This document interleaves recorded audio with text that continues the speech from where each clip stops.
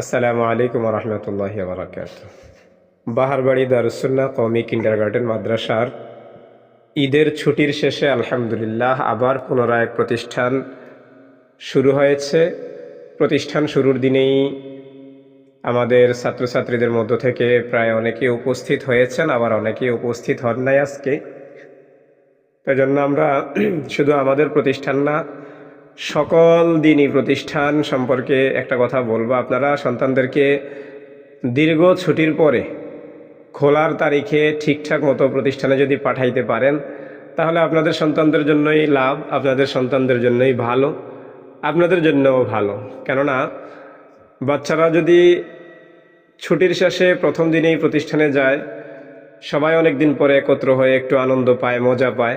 কিন্তু যারা প্রতিষ্ঠানে ছুটির শেষে খোলার তারিখে আসতে না পারে, পরের দিন তারা যখন আসে, আগের দিন যারা আসছে তারা পরের দিন নতুন করে যারা আসে তাদেরকে একটু লজ্জা দেয়, বলে কালকে আসে নাই, বা বিভিন্ন ধরনের কথা বলে। তখন ওদের মন খারাপ হয়, ছোট ছোট বাচ্চারা মন খারাপ করে। এজন্য অভিভাবকদের উচিত প্রত্যেক ছাত্রছাত্রীকে, আমার বাচ্চাটা যেহেতু একজন ছাত্র, আমার বাচ্চাটা যেহেতু একজন ছাত্রী, সেহেতু আমাকে কি করতে হবে, লম্বা ছুটির পরে, সাধারণত ছুটির মধ্যে আমাদের বাচ্চাদেরকে আমরা বাড়িতে ঠিকঠাকভাবে পড়াইতে পারি নাই, পড়তে বসাইতে পারি নাই, এটা আমরা সবাই জানি। আমরা সবাই এটাতে অভ্যস্ত আছি যে আমরা আমাদের নিজেদের জানা আছে যে আমরা বাচ্চাদেরকে ঠিকঠাকভাবে পড়তে বসাইতে পারি নাই। যেহেতু পড়তে বসাইতে পারি নাই, সেহেতু অবশ্যই তারা পড়ার মধ্যে অনেক পিছিয়ে গেছে। এই ছুটির দিনগুলোতে তারা অনেক পিছিয়ে যায়, যার কারণে আমাদের কি করা উচিত, ছুটির দিনে অবশ্যই তাদেরকে ক্লাসে পাঠাইতে হবে। এটা আমাদের মনে রাখতে হবে। আমাদের যেমন বাহারবাড়ি দারুসুন্নাহ কওমি কিন্ডারগার্টেন মাদ্রাসার টোটাল ছাত্রছাত্রী হচ্ছে 43 জন। আজকে আমাদের উপস্থিত আছে 21 জন বা 22 জন উপস্থিত আছে।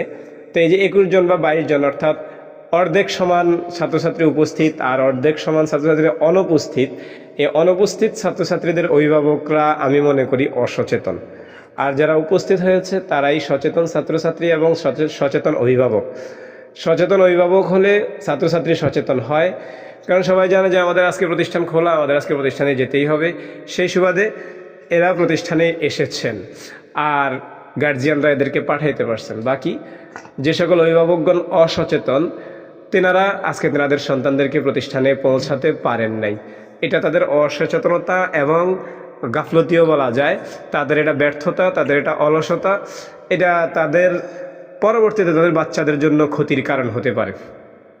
তা আমরা সকল প্রতিষ্ঠান, শুধু বাহারবাড়ি দারুসুন্নাহ কওমি কিন্ডারগার্টেন মাদ্রাসা নয়, সকল প্রতিষ্ঠানের সকল অভিভাবকরা আমরা মনে রাখবো যে আমরা আমাদের সন্তানদেরকে অবশ্যই ছুটি শেষে খোলার তারিখে প্রতিষ্ঠানে পাঠানোর জন্য, এবং বিশেষ কারণ ব্যতীত, বিশেষ কারণ কি, খুব বেশি অসুস্থতার কারণে যদি বাচ্চা হেঁটে প্রতিষ্ঠানে যেতে না পারে, তখন ছাড়া আমরা বাচ্চাদেরকে প্রতিষ্ঠান বন্ধ দিতে দিব না, প্রতিষ্ঠানে অনিয়ম হতে দিব না।